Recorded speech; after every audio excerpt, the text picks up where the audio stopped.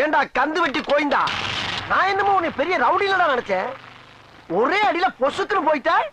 சரி சரி, இனிமேல் இந்த மாதிரி எல்லாம் பண்ணப்படாது. கூட இருக்க பசங்களை எல்லாம் கூட்டி வந்து என் பேக்கரியில வேலைக்கு சிறப்பாரு. ரேஸ்கல்ஸ். ஹலோ, அண்ணன் வீரபாகு பேசும்போது அங்கடா பேச்சு உனக்கு? அது ஒண்ணும் இல்ல மாப்பிள்ள, தனியா ஒரு அல்லக்கை வந்து மாட்டிச்சு. தனியாவா? சிவா எவ்வளவு அடிச்சாலும் தாங்க முடியல. அடிச்ச நீயே வரியா? என்னது பிஸியா இருக்கியா? சரி, நான் அடிச்சு அனுப்பிச்சு விடுறேன், நீ பாத்துக்கா. அனுப்பிச்சு விடுறியா? ஏண்டா கோயிந்தா, என்னடா ரம்ஜானுக்கு பிரியாணி அனுப்புற மாதிரி சொல்ற? எத்தனை பேர் உங்களை அடிச்சாங்க? முதல்ல ஒரு 3-4 பேர் தான் அடிச்சானுங்க. அடிச்சுக்கிட்டே இருக்கும்போது ஒருத்தன் இன்னொருத்தருக்கு போன் பண்ணி பிரியா இருந்தா வாடா மச்சான், ஒருத்தன் சிக்கி இருக்கான்னு சொன்னான். அவன் சொன்னா நான் பிஸியா இருக்கேன்டா, வேணா இங்க அனுப்பிச்சு விடு, நான் பாத்துக்கிறேன்னா. இவனுக்கு முடிச்ச உடனே ஒரு மீன்பாடி வண்டியில போட்டு அங்க அனுப்பிச்சு விட்டானுங்க. அங்க ஒரு 7 பேருமா.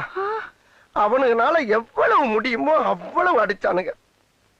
அடிச்சிட்டு ஒரு ஆட்டோல ஏத்தி விட்டானுங்க.